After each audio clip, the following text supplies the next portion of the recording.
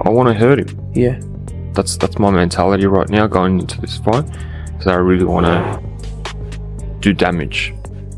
He's definitely gonna get punched on. I feel like, you know, he's a lot of heart. He's a lot of heart, and I think that's why he switched back. He had the Cuban coach, and I feel like that wasn't gonna work out well for him, because I mean, he can't learn that type of style that, you know, the Cuban coach is teaching. That's more cultural, more, you know, rhythm and things like that, and things that I feel like he don't have. You know, he's a more of a, you know, kung fu fighter, you know, hard, you know. And, you know, I feel like he's pretty good. He's good. You know, he beat Terrell Goucher. You know, he beat Tony Harrison. You know, I think he beat them on the back end of their career. But, you know, I feel like this supposed to be his coming out party against me, so I'm super excited. I'm expecting the Errol Spence I was fighting. Yeah.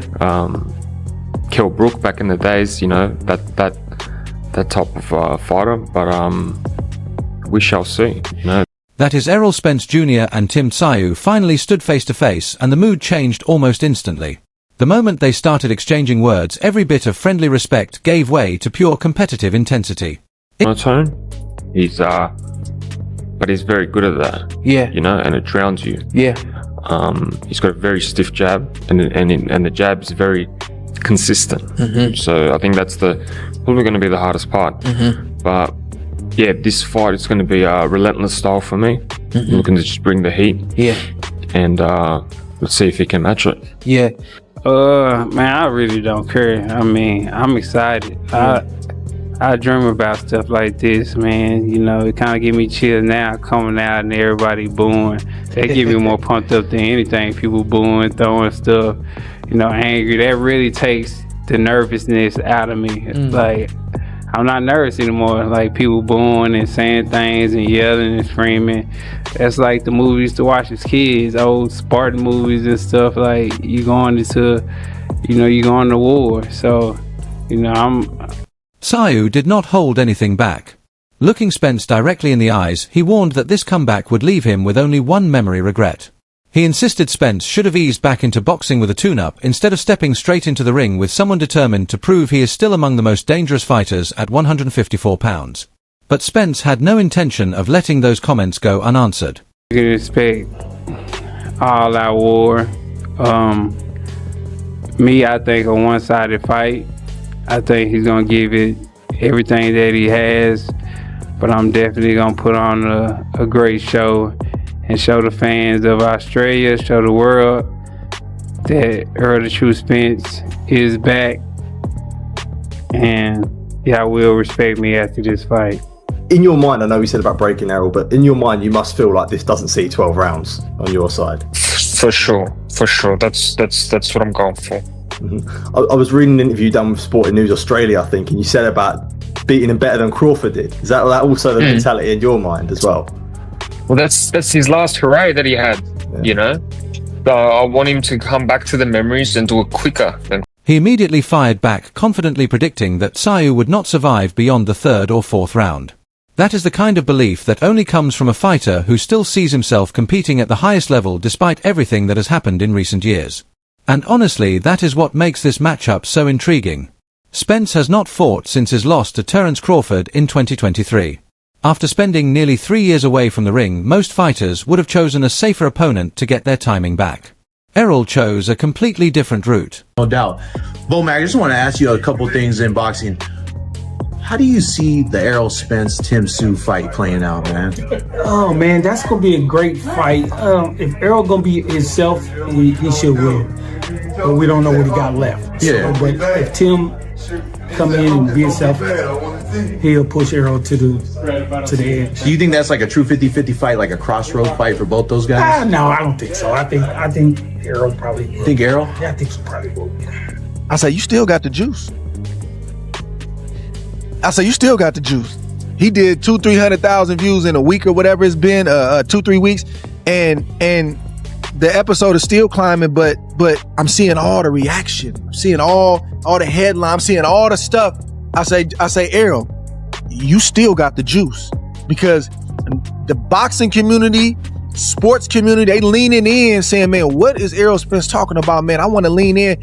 And the takeaway was 90% solid, but we just wanted to address the 10%. We don't always like to address the 10%. We shouldn't address the 10%. Matter of fact, we should walk past the 10% most of the time, but every now and again, we got a little bit of time. And today, Rather than taking the easy option, he accepted one of the toughest challenges available. That decision tells you he still believes the old Errol Spence is alive and ready to remind the boxing world exactly who he is. Meanwhile, Tszyu is not intimidated by past accomplishments or championship history.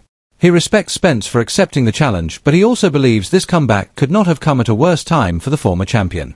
That is what makes this fight so dangerous. Confidence is overflowing on both sides. One fighter believes experience and championship pedigree will take him back to the top, while the other is convinced he is about to stop one of boxing's biggest comeback stories before it truly begins. Suddenly, July 26th feels much bigger than an ordinary fight night. It feels like two careers crashing into each other with everything at stake. he said, still wishing Errol Spence the best in his upcoming fight. I see what y'all are trying to do. We a lot smarter than y'all realize. He said, but it's not going to work. Not this time. I appreciate that from Terrence Crawford. And I called Errol and I said, Errol, I said, hey man, focus on the 90%, bro. Don't focus on them 10%, because the 10% can seem very, very loud. I don't understand where they coming from. I said, but we, your peers and the people that get it, we respect you, bro, because that was the biggest moment of your professional boxing career that had been talked about for years. And it didn't go your way. That was a devastating loss. And you took that, you shouldered that like a man, and you never made one excuse. All we did was sit and talk about it and have a real conversation, and we invited the world in to our personal conversation. So Errol did nothing wrong. Errol didn't make any excuses. Then the storyline became even more interesting. Right after Spence and Tszyu traded knockout predictions during their intense face-off, Terrence Crawford entered the conversation without throwing any insult, yet somehow managed to make the entire situation even bigger. The first thing that stood out was how quickly Bud revealed whose side he was on. He confirmed he will be traveling to Australia to support Spence. And honestly, that is something I respect, because too many people act like friendships disappear the moment competition gets involved. You got anything in closing? Anything we didn't have? Nah. Just, I'm definitely a fan of boxing. You know, I'm gonna be in Australia. I'm gonna be. I know you're gonna be over there. Yeah. I'm gonna be supporting Spence, rooting him on. Yeah. You know, I just like to support, you know, fighters in his own right. I done been in Boots' locker room supporting him. You know, so yeah, it's just crazy how the tables turn. You know, when people get to a certain plateau and they forget about things like that. We picking Earl? Crawford explained that he will always be a fan of boxing first. He reminded everyone that he has supported many fighters throughout his career and believes loyalty should not disappear simply because people online disagree. He even joked that after everything that has been said, they will probably have to face each other in person. But that is just part of the sport. And honestly, that is the right attitude. You can predict one fighter to win without making it personal. Crawford also mentioned that fans overseas often disagree with respect. While some people treat a simple prediction like a personal insult, that is a fair observation. I had to look him in the eyes like, yo, I know you heard everything I said, so. I told him to his face. Yeah. You know what I mean? But it's cool. It's cool to be, see, and this is what I don't understand why people take it so hurtful. When we in like England and places like that, or overseas, like they tell you, and it's okay, like, hey, you're a great fighter, but I think he's gonna win. Afterwards, it's all cool. It's just a opinion that they have. People spend so much time arguing over opinions that they forget nobody truly knows what will happen after the opening bell. Crawford also made it clear that if your prediction turns out wrong, accept it, congratulate the winner, and move on instead of making excuses. More fans could learn from that mindset. Looking at the bigger picture, one thing is obvious. Even those closest to boxing see this matchup as incredibly difficult to call. Crawford believes Spence still has enough left to win despite the lengthy layoff, while many others feel Tszyu recent activity and momentum give him the advantage. That is exactly the kind of disagreement that produces unforgettable fight nights. When the people inside the sport cannot agree on the outcome, you know something special could be about to happen. And for me, when it goes the other way, I say, hey, I wasn't in that man's camp. I don't know what he was up to. I wasn't with him the night before his fight. I don't know what he was up to. That's an excuse. You make an excuse. When he went in the ring and did something I didn't think he was gonna do, I ain't know. No, you gotta just say I was wrong. Just say I was wrong. Congratulations. Hey, be easy, bud. We'll see you next week. Then Brian Mendoza brought a completely different perspective to the discussion. While Crawford supported Spence because of friendship and belief, Mendoza offered something much more valuable: personal experience. He has actually shared the ring with Spence, which instantly gives his opinion extra weight.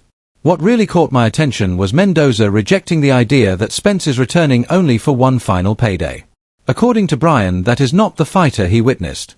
He explained that every sparring session became more difficult because Spence constantly adjusted his approach overnight. Imagine landing a clean shot one day only to discover it no longer works the next because your opponent has already figured it out. That is not the sign of a faded veteran. That is proof that his boxing IQ is still operating at an elite level. Mendoza also reminded everyone of something many fans overlook. Before Spence became famous for relentless pressure and brutal body attacks, he was an Olympic-caliber boxer with exceptional technical skills. Errol Spence, for those that think that he's done, he's just showing up for a check. I've heard that a lot. A lot of people critiquing.